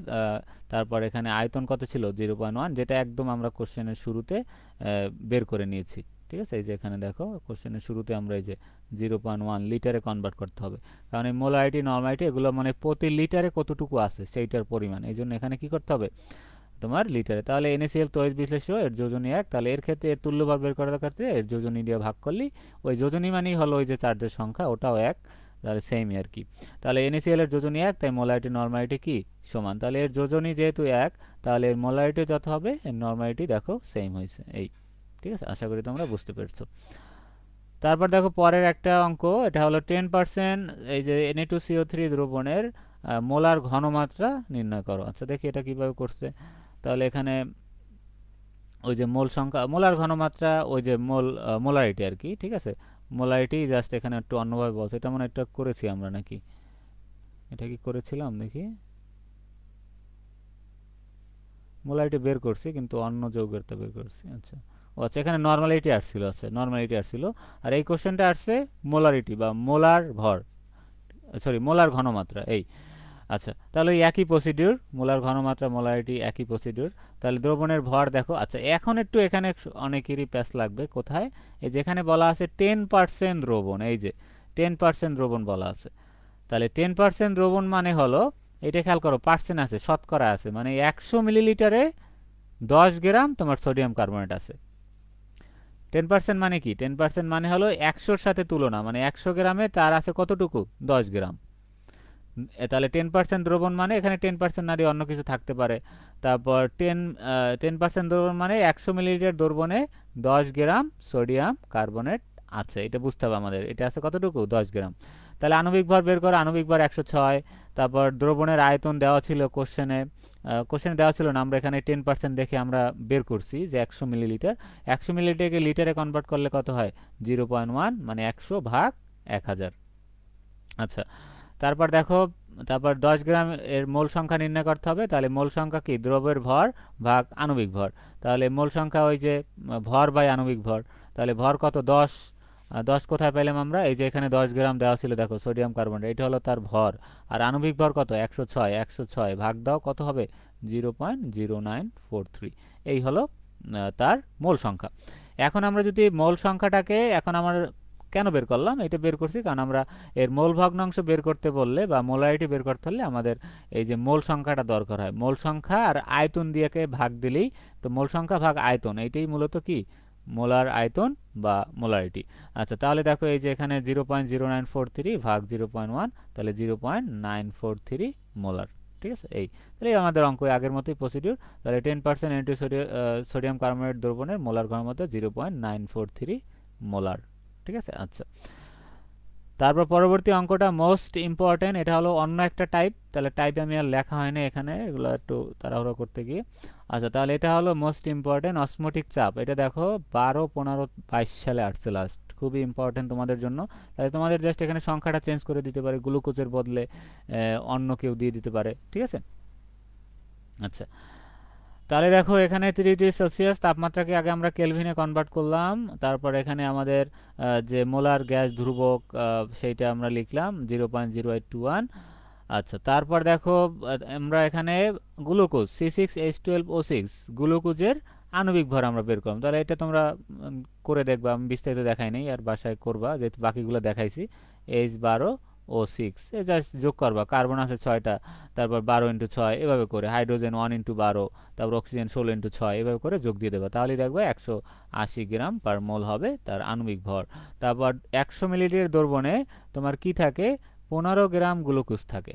এখানে বলছে কি, এই যে 15%, 15% মানে কি 100 মিলিলিটার দ্রবণে 15 গ্রাম থাকে, যেটা আমরা একটু আগের অঙ্কটা দেখলাম। তার মানে 1000 মিলিলিটার বা 1 লিটার দ্রবণে সে কতটুকু থাকবে, এটা ঐকিক নিয়ম আর কিছুই না, এটা অন্যভাবে বের করা যায়, এটা বের করাও সহজ। তাহলে 100 মিলিলিটার যদি 15 গ্রাম থাকে, তাহলে 1000 মিলিলিটার কত থাকবে, তাহলে 15 ভাগ 100, অথবা তুমি আরেকটা স্টেপ করতে পারো যে 1 মিলিলিটার থাকে 15 ভাগ 100, তারপর ওইটা দিয়ে আবার পরে 1000 গুণ দিয়ে ওইটাকে তুমি 1000 ml কত আছে সেইটাকে কনভার্ট করতে পারো। ঠিক আছে, তাহলে 15 ভাগ 100 ইন্টু 1000, তাহলে 150 গ্রাম আছে। ঠিক আছে, আচ্ছা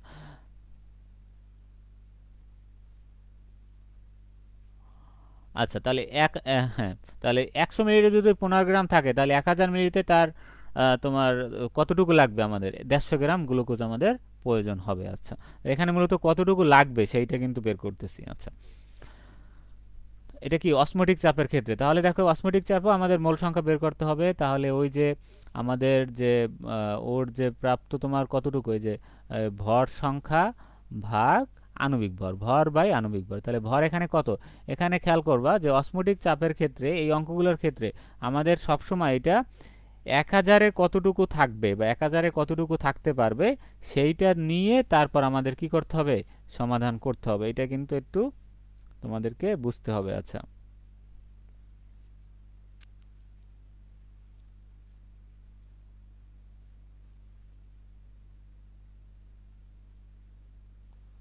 আচ্ছা, ঠিক আছে, আশা করি সবাই শুনতে পাচ্ছ।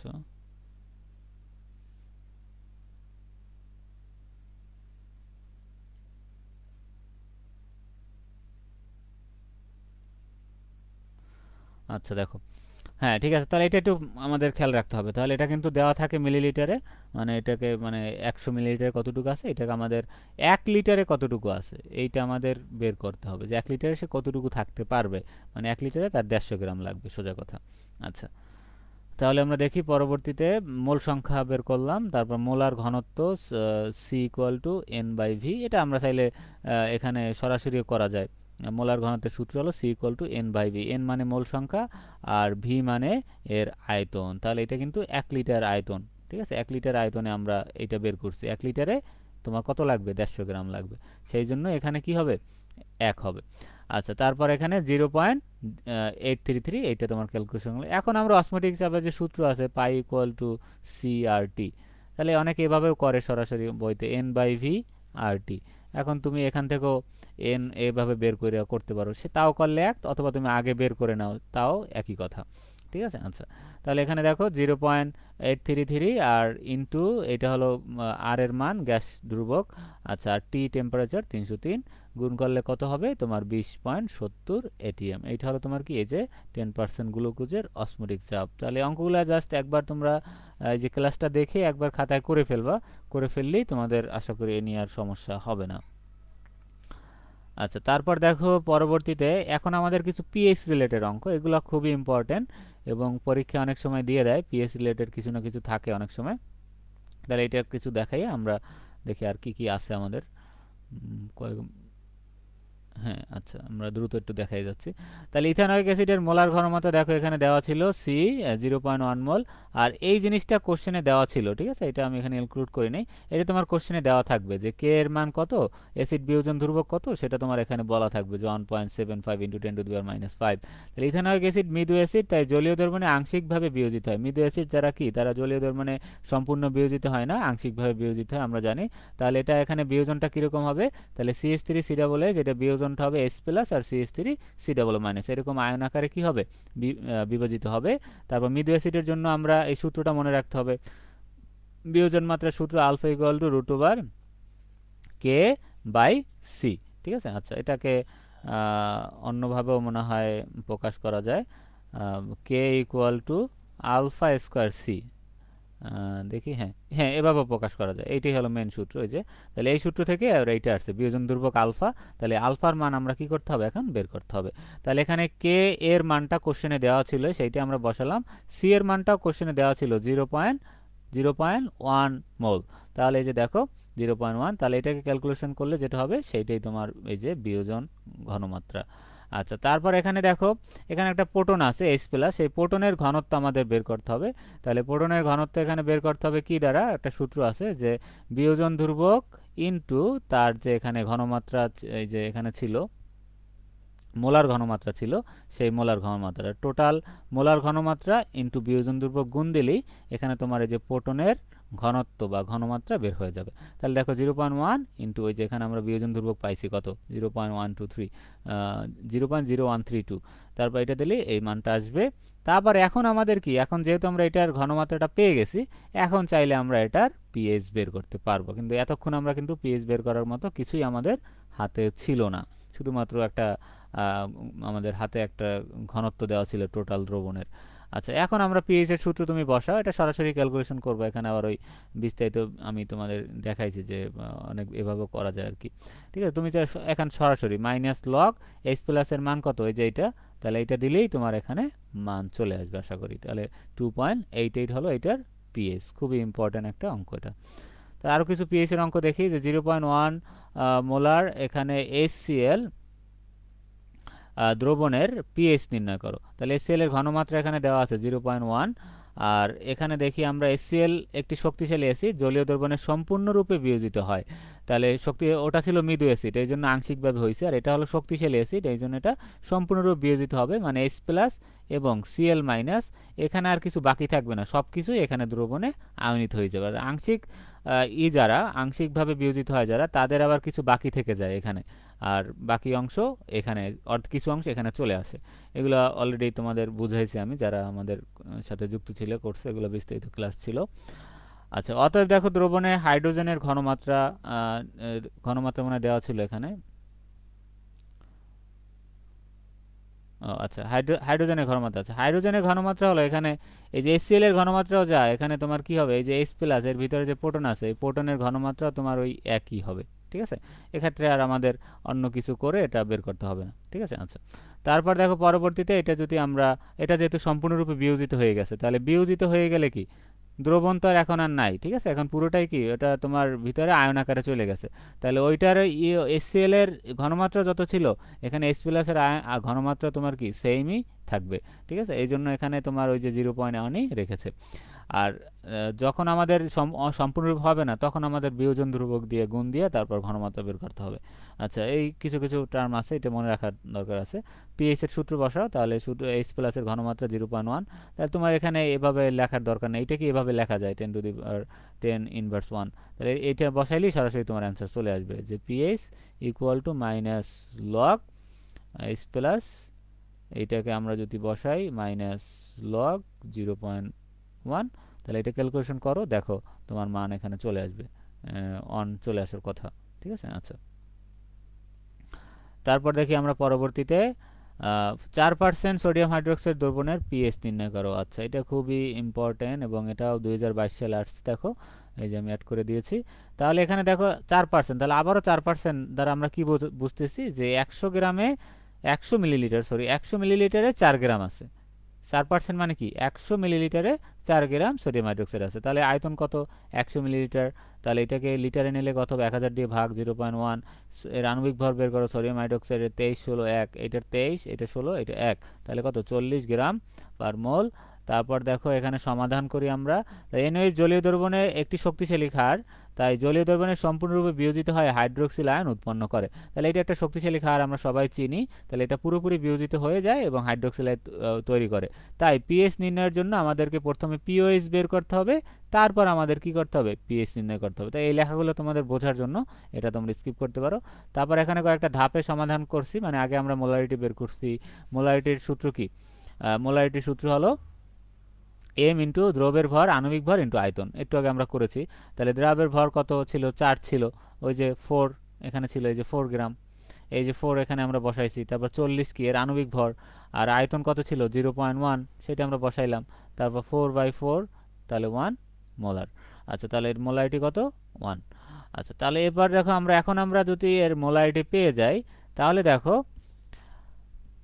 আচ্ছা, তাহলে যেহেতু NaOH একটি শক্তিশালী ক্ষার, এর ঘনমাত্রা হাইড্রোক্সিল আয়নের ঘনমাত্রার সমান। তাহলে এটা যেহেতু শক্তিশালী ক্ষার এবং পুরোপুরি বিয়োজিত হয়ে যায় আগেরটার মতো HCl এর মতোই, তাহলে এটার ঘনমাত্রাও, তাহলে এই ক্ষারটার ঘনমাত্রাও কি হবে, এখানে যে হাইড্রোক্সিল আয়ন থাকবে, এই হাইড্রোক্সিল আয়নের ঘনমাত্রার সমান হয়ে যাবে। আচ্ছা, আর HCl এর ক্ষেত্রে কি হবে, HCl এর ক্ষেত্রে হবে H প্লাসের যে ঘনমাত্রা হবে, আর এই পুরো অ্যাসিডের ঘনমাত্রা কি হয়ে যাবে, একই হয়ে যাবে।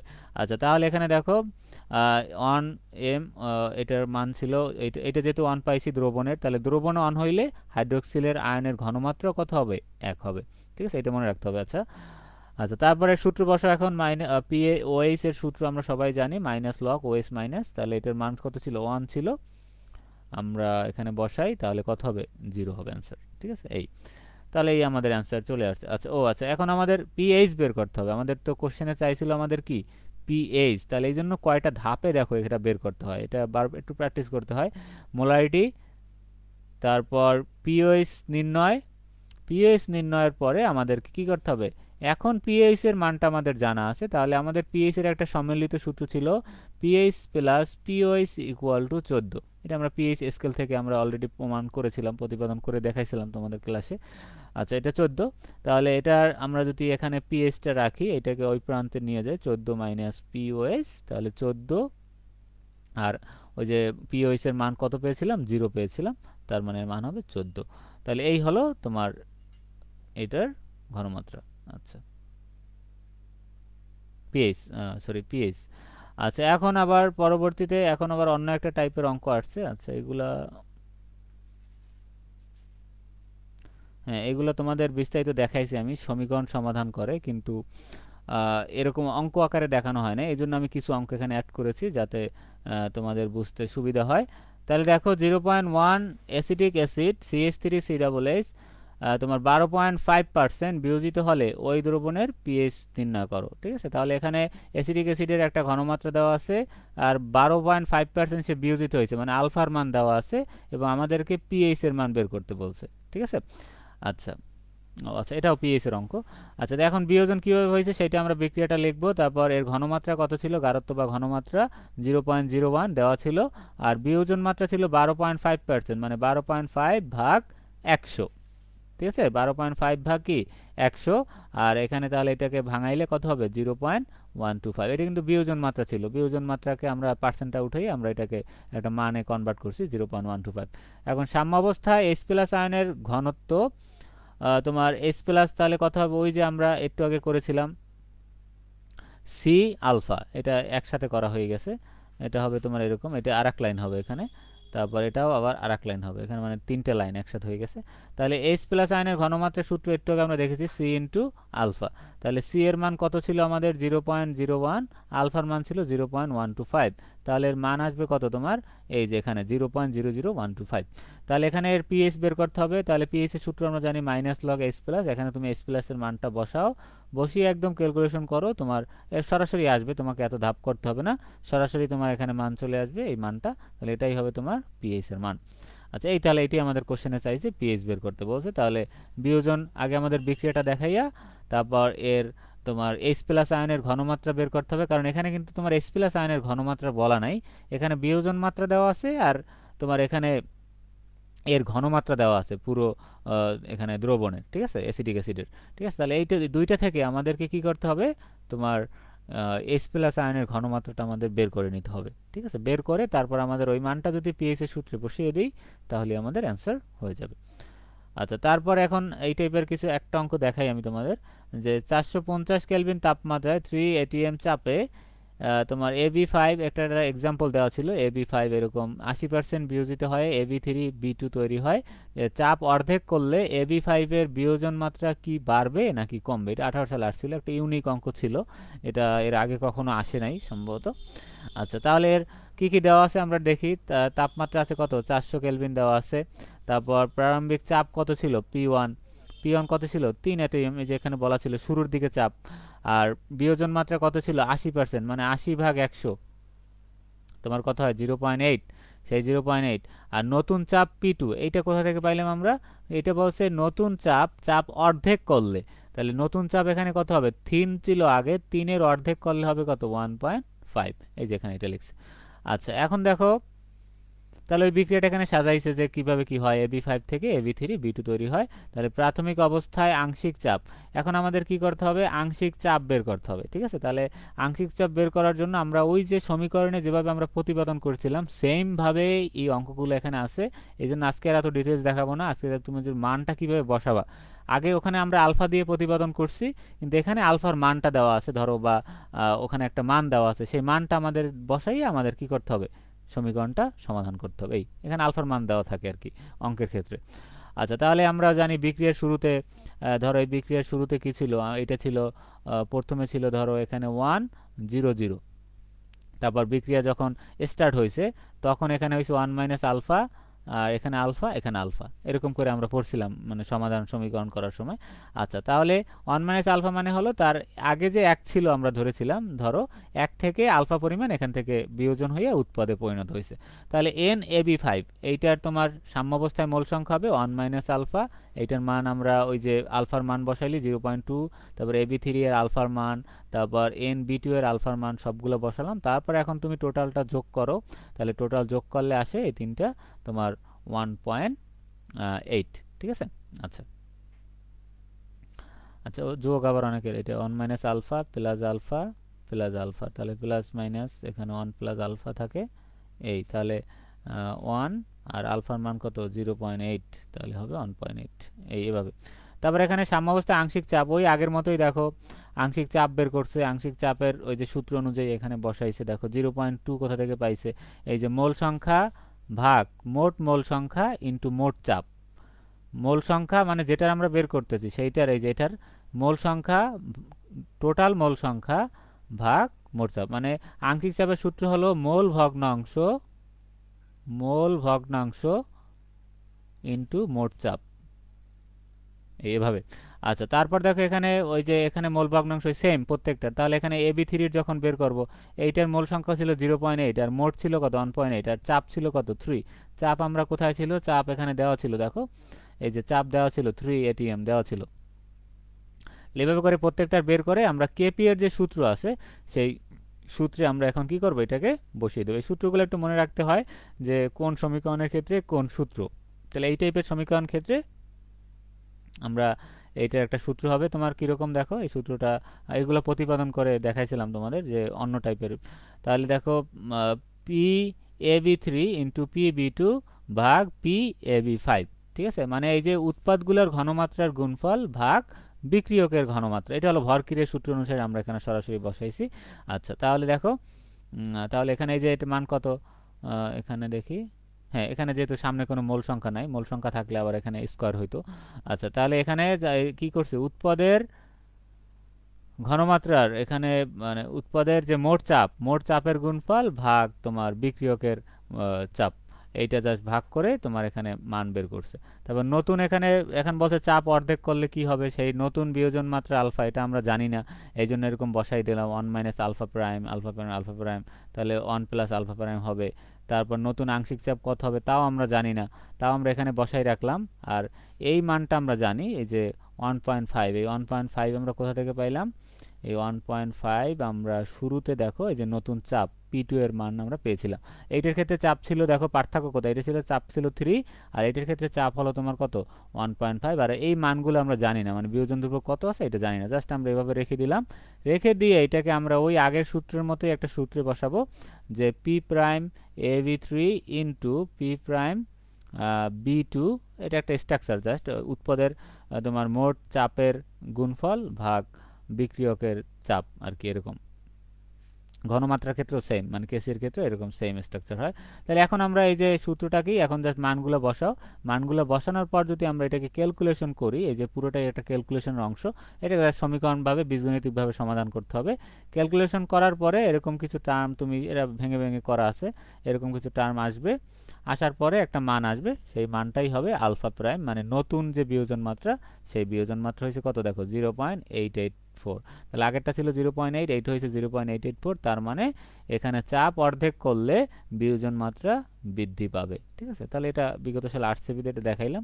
আচ্ছা, একবারে আসছে, এরপর আর আসে নাই। তারপর দেখো এখানে আছে, এইটা খুবই গুরুত্বপূর্ণ, এইটা সমীকরণ পরীক্ষা আসে এবং এইটা PCL5 রিলেটেড সমীকরণ, তোমাদের 3 স্টার দিয়েছিলাম সম্ভবত।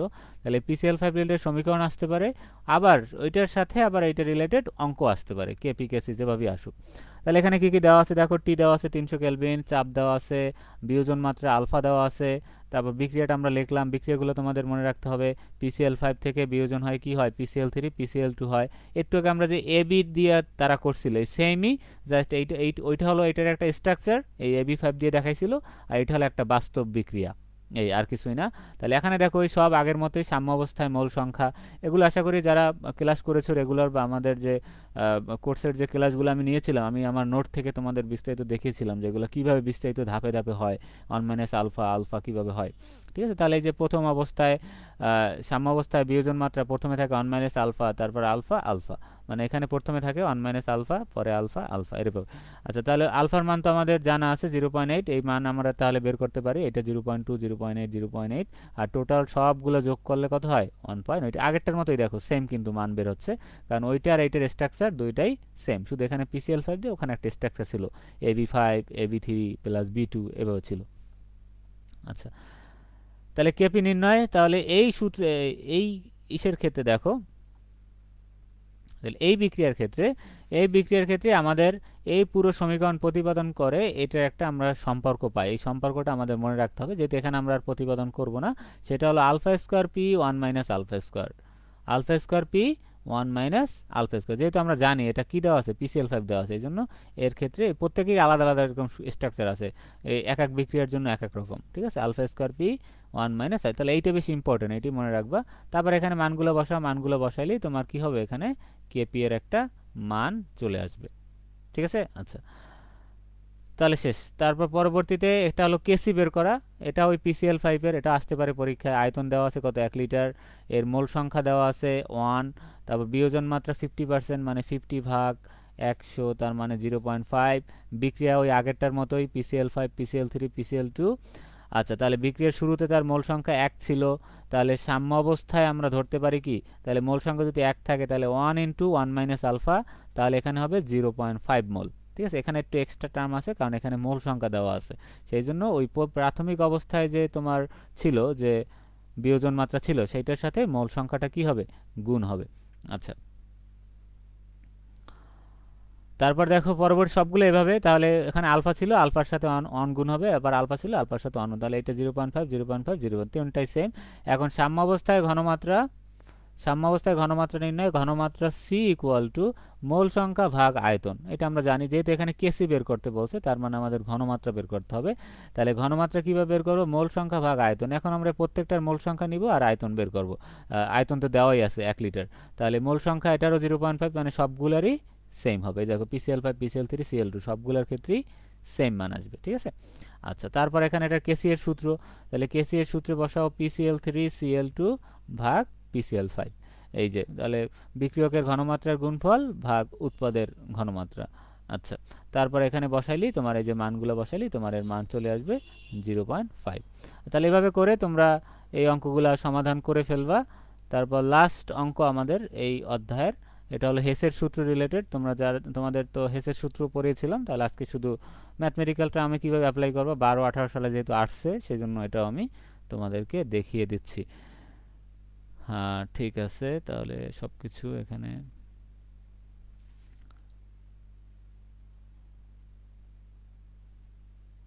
হ্যাঁ ঠিক আছে মনে হচ্ছে। তারপরও ক্যালকুলেশনে একটু তোমরা চেক করবা, সবকিছু যদি মানে ত্রুটি থাকতে পারে কিছু না কিছু, যেহেতু খুব অল্প সময়ের ভিতরে এটা তৈরি করতে হয়েছে। আচ্ছা, তারপর দেখো ইথানোয়িক, লাস্ট কোশ্চেন আমাদের, অলরেডি একটু সময় নিয়ে ফেলছি তোমাদের, অল্প কিছুক্ষণের মধ্যেই শেষ হয়ে যাবে। আচ্ছা, যাই হোক, তাহলে এই ক্লাসটা থেকে তোমরা আশা করি তোমরা যারা নিউ ফার্স্ট ইয়ার আছো, তোমরা পরীক্ষার্থী যারা আছো, সবার ক্ষেত্রেই এই ক্লাসটা কাজে লাগবে পরবর্তীতে ইনশাল্লাহ।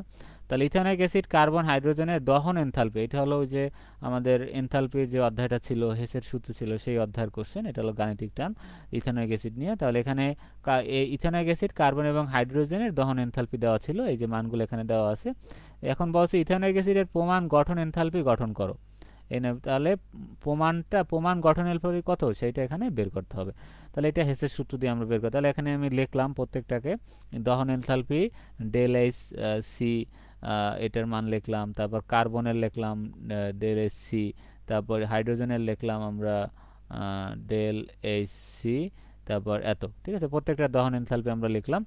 তারপর দেখো বিক্রিয়া দহন এনথালপিগুলো হলো, এখন প্রদত্ত বিক্রিয়া, এখন বিক্রিয়াটা আমাদের জানতে হবে বা লিখতে হবে। ইথানোয়িক অ্যাসিডের থেকে আসলে বিক্রিয়াটা কি হয়েছে, এখানে মূলত ইথানোয়িক অ্যাসিড থেকে অক্সিজেন যোগ করলে গ্যাস কার্বন ডাইঅক্সাইড এবং পানি তৈরি হয়, ঠিক আছে। আচ্ছা, তাহলে ইথানোয়িক অ্যাসিডের এখানে আমাদের এই মোল সংখ্যা কত দেওয়া ছিল, এই যে দেখো 875.15, তাহলে এটা আমরা বসালাম।